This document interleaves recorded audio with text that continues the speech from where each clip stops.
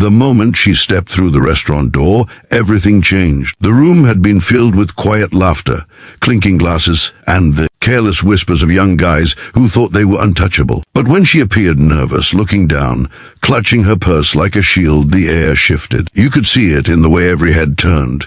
You could feel it in the way the single dad sitting at the table stiffened, as if making a decision that would define far more than one evening. Something powerful was about to happen, something no one in that room expected. If you believe kindness and second chances can change a life, please like, comment, share, and subscribe. It truly helps us bring more stories like this to you.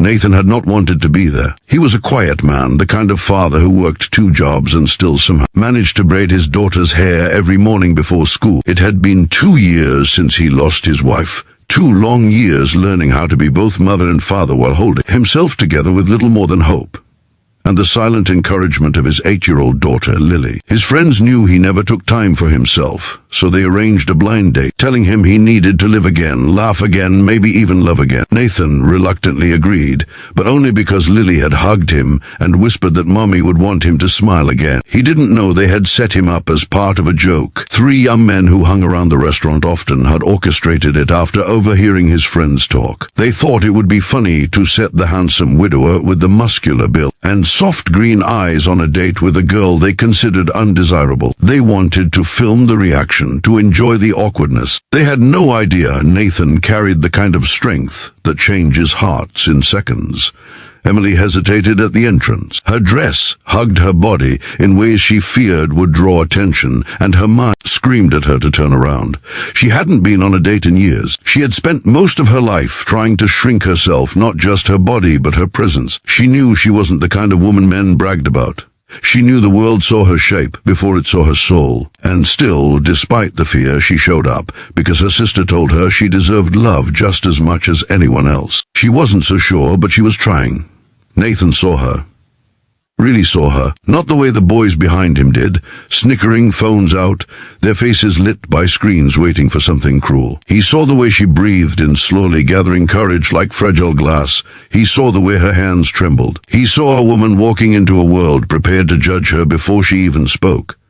And something inside him shifted. She approached the table with an apologetic smile, as though she had already disappointed him. He stood immediately, pulling out her chair with gentle sincerity. She startled, as if kindness was rarer than cruelty. Nathan sat down and began speaking softly, asking about her day, her hobbies, anything to help her relax. Emily slowly lifted her head, surprised that he wasn't looking at her with pity or disgust. Behind them, whispers rose. Phones lifted higher. The boys expected humiliation, a dramatic exit, a scene to post online later. But instead, something unexpected happened. Nathan leaned in and smiled, a real smile, not forced or polite, the kind that said he was genuinely interested. Emily's eyes softened. For the first time that night, she breathed without fear. The boys behind them muttered in confusion. One of them snickered louder, making sure Emily could hear it. Nathan heard it too. He turned slightly, catching their eyes, seeing the phone aimed at them. Instead of anger, something deeper appeared on his face, something tired and disappointed. He stood slowly, the entire restaurant watching. He walked toward them, and the boys straightened, unsure if he would yell, shove them, or cause a scene.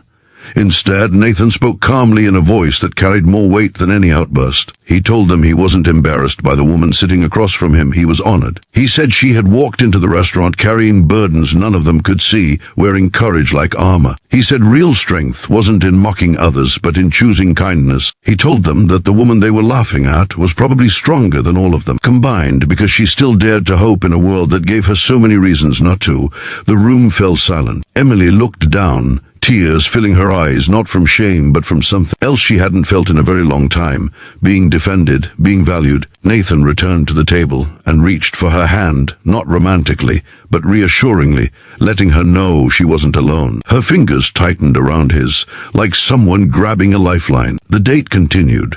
long after the boys had slipped out of the restaurant. With their heads lowered, the joke dissolving into discomfort, Nathan and Emily talked about their pasts, their fears, and the dreams they were almost too afraid to admit they still had. Emily spoke of her battles with self-esteem, her years of avoiding mirrors, the nights she cried because she felt invisible. Nathan shared the pain of losing his wife, the loneliness that followed, the constant pressure of raising a daughter who asked every night if he was happy. By the time dinner ended, something fragile but beautiful had begun forming. Between them, not love, not yet, but a connection that felt honest and rare. As they walked out, the sunlight filtering through the glass door framed them in a warm, golden glow that made the world seem softer. Nathan opened the door for her, and she looked at him with disbelief that someone like him could treat her with such genuine respect. He simply smiled and said that everyone deserves to be seen for who they truly are, not for what the world says they should be. Near his car, he paused and thanked her for giving the evening a chance, saying that meeting her reminded him that kindness wasn't a weakness, it was a choice,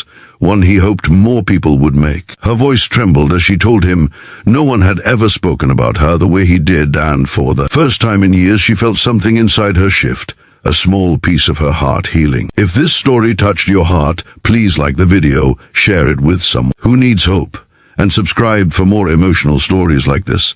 Your support truly means the world. Before we end, tell us in the comments, what does kindness mean to you?